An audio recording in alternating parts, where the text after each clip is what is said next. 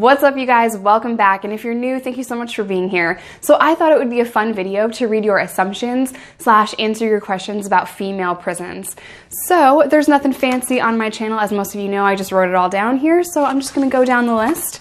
The first assumption is from Desert Box Turtle. Now this person said it's more rare for men to stay loyal if their woman is locked up rather than a woman stick by their man if he gets sent to prison.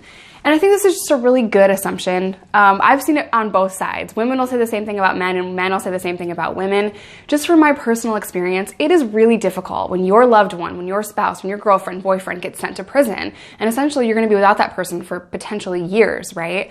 So I wouldn't say it's gender specific. I think it's also very difficult for people to go years without intimacy. We're human beings. We like, affection and intimacy. So it's just difficult if you're a human being. So I wouldn't say it's more, men are not loyal to women or vice versa. I think loyalty is very difficult to find, but you also have to think about, the love factor. You don't want to go years without having sex. Let's keep it real, right? So it's just really difficult, honestly, on both sides of the fence, whether you're in prison or you love someone in prison, it's really tough. And I was a prison girlfriend. You wait by the phone, you wait for those phone calls, and you're looking for the mailman to come to give you those letters that your loved one wrote you. And that's how you live your life. You live your life in between phone calls and letters, and it's really difficult. It's really challenging. So it's a good question. It's a good point. I'm glad you asked me that. Thank you. The next assumption is from Crispy. It's actually kind of funny. I like this one. Dropping the soap has 0 consequences. Absolutely correct. The only consequence that you will get if you drop the soap is you can't use that soap anymore because prison showers are disgusting. So another thing with prison showers, you can't go in there barefoot. You have to have shoes on or you're going to get I don't even know, all kinds of things. So the only consequence is that you lost that bar soap. Don't pick it back up. Don't use it. If you are going to pick it up, just throw it in the trash. Say goodbye to that bar of soap. And for those of you that think soap washes itself, you're wrong. So yeah, that's the only consequence. And just to add to the whole prison shower thing, if you're showering with a group of people, which is like most of the prisons that I've been to, well, I've only been to 3, but most of the facilities, you're showering as a group. Now, there'll be some barracks where it's like a closed shower, like individual showers with curtains. But most of the time, you're just gonna have to deal with it. You're just gonna have to go into a shower with 20 to 30 other people, and it's uncomfortable and awkward for everyone, okay? No one likes it. I've even heard of men wearing their boxers in the showers. So we just get in there, we keep our head straight, we wash our stuff, and we get out. It's uncomfortable. No one's doing anything like that in the shower. No one's gonna attack you like that. But just don't use that soap. Okay, the next assumption is from Save Clout. He said, it is like Orange is the New Black. I get that all the time. I didn't watch every episode of Orange is the New Black, but I did see the first season, and then it kind of started to get weird. So the last couple seasons, I was like, no, this is so far-fetched. So, when Piper goes into the prison and she's having to say goodbye to her fiance, and intake is telling them oh, wish that fiance goodbye, he's not gonna stick around. That's real. They talk crap to you like that. There's also a scene where she's trying to make prison shower shoes, from pads. That is also real. So a lot of the times when you go up to prison, you don't have your money sent from county for a couple of weeks, or if you get to turn yourself in, which was I never got to turn myself in. But if you do that, it takes a couple of weeks to get your money on your books and be able to go to the store. So there's gonna be a couple of weeks when you're brand new that you don't have things like shampoo or shower shoes. So you have to just figure it out. You have to find a way because you can't go 2 or 3 weeks without a shower. So yeah, that was definitely real. Tom Brady said, do females try to fight male COs?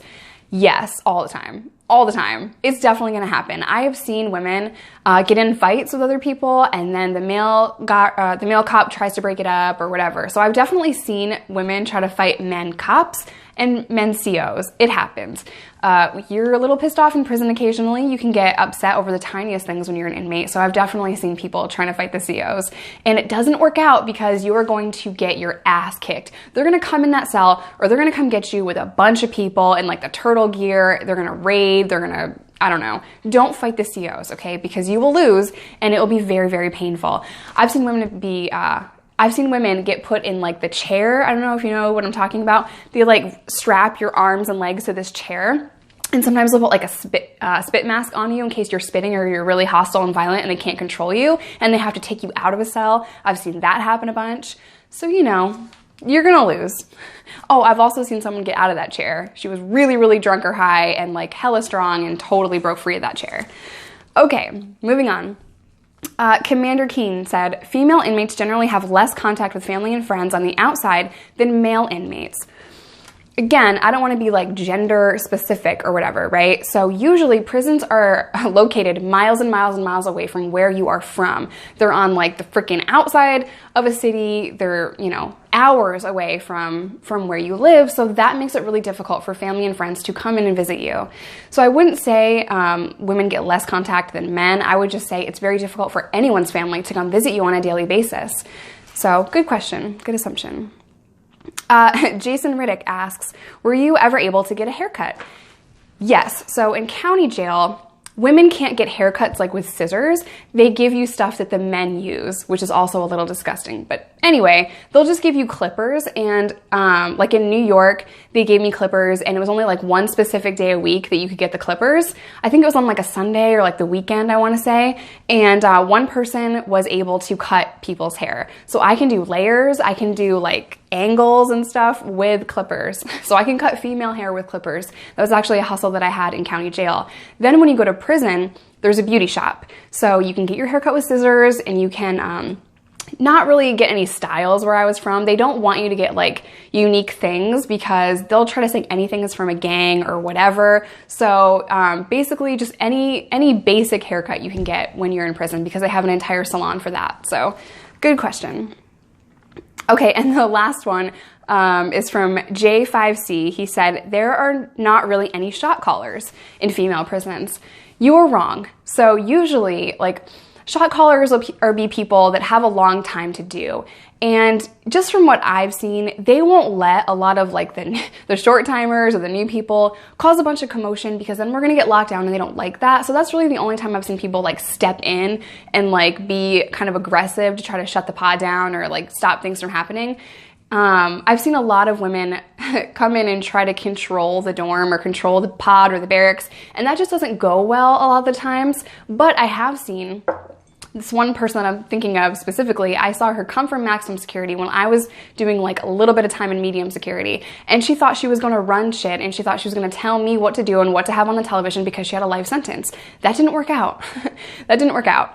I've also seen people try to make other inmates, like prey on the weaker inmates and try to make them pay to live in the barracks. Never was flying with me, and I would try to stand up for people that were weaker than me or that were new or that were scared. You know, some people come in and they're just really afraid to be there. They don't know what to expect. They've seen horrible like movies, they've seen shit happen on TV, so that's really the only information they have to go on. So I always try to like stand up for people that I knew were just really scared or that had like decent charges. If you have a really bad case or you're in there for hurting a child, I would absolutely not help you and I would let them charge you to live in the barracks. I wouldn't care about that because you deserve to be here and you deserve that time to be hard if you hurt a child. That was just my personal thing. I know I'm not a perfect human. I know I should have probably like let that go. But when you hurt a child, an innocent child or a baby, that's where I draw the line. So pay to live in the barracks, get your food taken away. I don't care. All right, so that's the end of the assumptions. I hope you guys like this video. Drop me a comment down below and I'll try to answer other assumptions that you guys have about prison, and I will see you next time. Bye.